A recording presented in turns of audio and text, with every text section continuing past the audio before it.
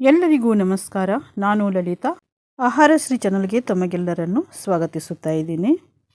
ಇವತ್ತು ನಾನು ತೋರಿಸ್ತಾ ಇರುವಂತಹ ರೆಸಿಪಿ ಹತ್ತಿಯಂತೆ ಮೃದುವಾಗಿ ತುಂಬ ಸರಳವಾಗಿ ಟೇಸ್ಟಿಯಾಗಿಯೂ ಮಂಗಳೂರು ಇಡ್ಲಿ ಅಥವಾ ಸನ್ನ ಮಾಡುವ ವಿಧಾನವನ್ನು ತೋರಿಸಿಕೊಡ್ತಾ ಇದ್ದೀನಿ. ಹಾಗಿದ್ರೆ ಬನ್ನಿ ಈ ಮಂಗಳೂರು ಇಡ್ಲಿ ಅಥವಾ ಸನ್ನ ಮಾಡೋದು ಹೇಗೆ ಅಂತ ನೋಡೋಣ. ನಾನಿಲ್ಲಿ ಒಂದು ಬೌಲ್ಗೆ 1 ಕಪ್ಪಷ್ಟು ಇಲ್ಲಿ ರೇಷನ್ ಅಕ್ಕಿ ತಗೊಂಡಿದ್ದೀನಿ. ನಿಮಗೆ ಹೆಚ್ಚು ಬೇಕು ಅಂದರೆ ಇದರ ಡಬಲ್ ಅಳತೆಯಲ್ಲಿ ನೀವು ತಗೋಬಹುದು. ಹಾಗೆಯೇ ನಾನಿಲ್ಲಿ 1 ಟೇಬಲ್ ಸ್ಪೂನಷ್ಟು ಇಲ್ಲಿ ಉದ್ದಿನಬೇಳೆ ತೊಗೊಂಡಿದ್ದೀನಿ. ಇಲ್ಲಿ ನಾನು ಉದ್ದಿನಬೇಳೆ ಹೆಚ್ಚು ಬಳಸ್ತಾ ಇಲ್ಲ, ಸ್ವಲ್ಪನೇ ಉದ್ದಿನಬೇಳೆಯನ್ನು ಹಾಕಿದ್ದೀನಿ. ಆದ್ರೂ ತುಂಬ ಚೆನ್ನಾಗಿ ಇಡ್ಲಿ ಬರುತ್ತೆ. ಈಗ ಇದನ್ನು 2ರಿಂದ 3 ಸಲ ನಾವು ನೀರು ಹಾಕಿ ತೊಳೆದು ಇದರ ಪ್ಲೇಟನ್ನು ಮುಚ್ಚಿ ಒಂದು 4ರಿಂದ 5 ಗಂಟೆ ಅಕ್ಕಿಯನ್ನು ನೆನೆಯಲಿಕ್ಕೆ ಬಿಡಬೇಕು. ಇವಾಗ ಇಲ್ಲಿ 5 ಗಂಟೆ ಆಗಿದೆ. 5 ಗಂಟೆ ಆದ ನಂತರ ಇದನ್ನು ನಾವು ರುಬ್ಕೊಳ್ಳೋಣ. ನೈಸಾಗಿಯೇ ರುಬ್ಕೊಳ್ಳಿ. ಇವಾಗ ಇಲ್ಲಿ ನಾನು ಒಂದು ಮಿಕ್ಸಿ ಜಾರ್ ತೊಗೊಂಡಿದ್ದೀನಿ. ಮಿಕ್ಸಿ ಜಾರಿಗೆ ಈ ಅಕ್ಕಿಯನ್ನು ಹಾಕ್ತಾ ಇದ್ದೀನಿ. ಇದು ನಾನು 2 ಬ್ಯಾಚ್ನಲ್ಲಿ ರುಬ್ಕೊಳ್ತಾ ಇದ್ದೀನಿ. ಇವಾಗ ಇದಕ್ಕೆ 1/4 ಕಪ್ಪಷ್ಟು ನಾನಿಲ್ಲಿ ಅನ್ನ ತೊಗೊಂಡಿದ್ದೀನಿ. ಇದನ್ನು ಹಾಕಿ ನೈಸಾಗಿ ರುಬ್ಕೊಳ್ಳೋಣ. ಬೇಕಾಗುವಷ್ಟು ನೀರನ್ನು ಹಾಕಿ ರುಬ್ಕೊಳ್ಳಿ. ಇವಾಗ ನೀವು ಇಲ್ಲಿ ನೋಡ್ಬೋದು ಈ ರೀತಿಯಾಗಿ ನಾನು ಇದನ್ನು ರುಬ್ಕೊಂಡಿದ್ದೀನಿ. ಈಗ ಇದನ್ನು ಒಂದು ಪಾತ್ರೆಗೆ ತೆಗಿತಾ ಇದ್ದೀನಿ. ಹಾಗೆಯೇ ಉಳಿದಿರೋ ಅಕ್ಕಿನೂ ಕೂಡ ಇಲ್ಲಿ ಮಿಕ್ಸಿ ಜಾರಿಗೆ ಹಾಕ್ಕೊಂಡಿದ್ದೀನಿ. ಇಲ್ಲಿ ಸೀಕ್ರೆಟ್ ಇಂಗ್ರೀಡಿಯೆಂಟ್ಸ್ ಅಂದರೆ ಇದು ನೋಡಿ, ನಾವು ಕಾಯಿ ಹೊಡಿತೇವಲ್ಲ ಅದರಲ್ಲಿ ನೀರು ಬರುತ್ತೆ ನೋಡಿ, ಆ ನೀರಿನಲ್ಲಿ 1 ಟೀ ಸ್ಪೂನಷ್ಟು ಇಲ್ಲಿ ಸಕ್ಕರೆ ಹಾಕಿ ನಾನು ಒಂದು 24 ಗಂಟೆ ನಾವು ಇದನ್ನು ಇಡಬೇಕಾಗತ್ತೆ. ಇವತ್ತು ನಾವು ಇಡ್ಲಿ ಮಾಡೋದಿದೆ ಅಂದರೆ ಹಿಂದಿನ ದಿನವೇ ನಾವು ಇದನ್ನು ಮಾಡಿ ಇಡಬೇಕಾಗತ್ತೆ. 24 ಗಂಟೆ ಆಗಬೇಕು. ಆ ನೀರನ್ನು ಅದರಲ್ಲಿ ಸೇರಿಸಿ ನಾನು ರುಬ್ಕೊಂಡಿದ್ದೀನಿ. ಹಾಗೆಯೇ ಇಲ್ಲಿ ರುಚಿಗೆ ತಕ್ಕಷ್ಟು ಉಪ್ಪು ಕೂಡ ಇವಾಗಲೇ ಹಾಕಿ ಇದನ್ನು ಮಿಕ್ಸ್ ಮಾಡ್ತಾ ಇದ್ದೀನಿ. ಚೆನ್ನಾಗಿ ಇದನ್ನು ಒಂದು 5 ನಿಮಿಷ ಈ ರೀತಿಯಾಗಿ ಮಿಕ್ಸ್ ಮಾಡಿಕೊಳ್ಳಿ. ಈ ರೀತಿಯಾಗಿ ಮಿಕ್ಸ್ ಮಾಡಿಕೊಂಡು ಪ್ಲೇಟನ್ನು ಮುಚ್ಚಿ ಬಿಟ್ಟುಬಿಡಿ. ಇವಾಗ ಇಲ್ಲಿ ನೀವು ನೋಡಬಹುದು ಚೆನ್ನಾಗಿ ಹುದುಗು ಬಂದಿದೆ.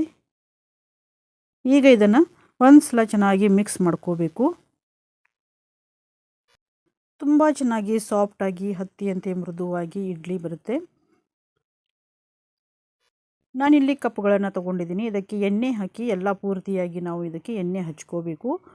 ನೀವು ಇದನ್ನು ಸ್ಟೀಮರ್ನಲ್ಲಿನೂ ಇಟ್ಟು ಕೂಡ ಮಾಡ್ಕೋಬಹುದು, ಇಲ್ಲಾಂದರೆ ಇಡ್ಲಿ ಪಾತ್ರೆಯಲ್ಲಿನೂ ಕೂಡ ಇಟ್ಟು ನೀವು ಮಾಡ್ಕೋಬಹುದು. ನಾನಿಲ್ಲಿ ಇಡ್ಲಿ ಪಾತ್ರೆಯಲ್ಲಿ ಇಟ್ಟು ಮಾಡ್ಕೊಳ್ತಾ ಇದ್ದೀನಿ. ಎಲ್ಲ ಕಪ್ಗಳಿಗೂ ಎಣ್ಣೆ ಸವರಿ ಇಲ್ಲಿ ಇಟ್ಕೊಂಡಿದ್ದೀನಿ. ಈಗ ಇದನ್ನು ನಾವು ಈ ಬ್ಯಾಟರ್ ಏನಿದೆಯಲ್ಲ ಅರ್ಧ ಹಾಕಬೇಕು, ಪೂರ್ತಿಯಾಗಿ ಹಾಕಬಾರ್ದು. ಇದೇ ರೀತಿ ಎಲ್ಲ ಕಪ್ಗಳಲ್ಲಿನೂ ನಾವು ಹಾಕಿ ಇಟ್ಕೊಳ್ಳೋಣ. ಈಗ ಇನ್ನೊಂದು ನೋಡಿ, ಈ ಕಪ್ನಲ್ಲಿನೂ ನಾನು ಹಾಕ್ತಾ ಇದ್ದೀನಿ. ಇದರಲ್ಲಿನೂ ಕೂಡ ಅಷ್ಟೇ ಅರ್ಧನೇ ಹಾಕೋಬೇಕು. ಈ ವಿಡಿಯೋ ನಿಮಗೆ ಇಷ್ಟ ಆಯಿತು ಅಂದರೆ ಒಂದು ಲೈಕ್ ಕೊಡಿ. ಹಾಗೆಯೇ ನಿಮ್ಮ ಅನಿಸಿಕೆಗಳನ್ನು ಕಮೆಂಟ್ ಮಾಡಿ. ಹಾಗೆಯೇ ಇನ್ನಷ್ಟು ಸುಲಭವಾಗಿ ಅಡುಗೆಗಳನ್ನು ನೋಡಲಿಕ್ಕೆ ಆಹಾರಶ್ರೀ ಚಾನಲನ್ನು ಸಬ್ಸ್ಕ್ರೈಬ್ ಮಾಡಿ. ಹಾಗೆಯೇ ಪಕ್ಕದಲ್ಲಿರುವ ಬೆಲ್ ಬಟನ್ನು ಕೂಡ ಕ್ಲಿಕ್ ಮಾಡಿ. ಇವಾಗ ಇಲ್ಲಿ ನೋಡಿ, ನಾನು ಇಡ್ಲಿ ಪಾತ್ರೆಯಲ್ಲಿ ಇದನ್ನೆಲ್ಲ ಇಟ್ಟು ಇಲ್ಲಿ ಒಂದು 15ರಿಂದ 20 ನಿಮಿಷ ನಾವು ಇದನ್ನು ಬೇಯಿಸ್ಕೋಬೇಕಾಗತ್ತೆ. ಇವಾಗ ನೋಡಿ ತಣ್ಣಗಾಗಿದೆ. ತಣ್ಣಗಾದ ನಂತರ ನೋಡಿ ಎಷ್ಟೊಂದು ಈಸಿಯಾಗಿ ಆರಾಮಾಗಿ ನಾವು ಇದನ್ನು ಈ ಇಡ್ಲಿಯನ್ನು ಇದರಿಂದ ತೆಗಿಬಹುದು. ಅಕಸ್ಮಾತ್ ನಿಮಗೆ ಇಡ್ಲಿ ತೆಗಿಲಿಕ್ಕೆ ಬರಲಿಲ್ಲ ಅಂದರೆ ನೀವು ಈ ರೀತಿ ಸ್ಪೂನ್ ತಗೊಂಡು ಸ್ಪೂನ್ ಸಹಾಯದಿಂದ ಸ್ವಲ್ಪ ಈ ರೀತಿ ಲೂಸ್ ಮಾಡಿಕೊಂಡ್ರೆ ಇಡ್ಲಿ ಆರಾಮಾಗಿ ಬರುತ್ತೆ.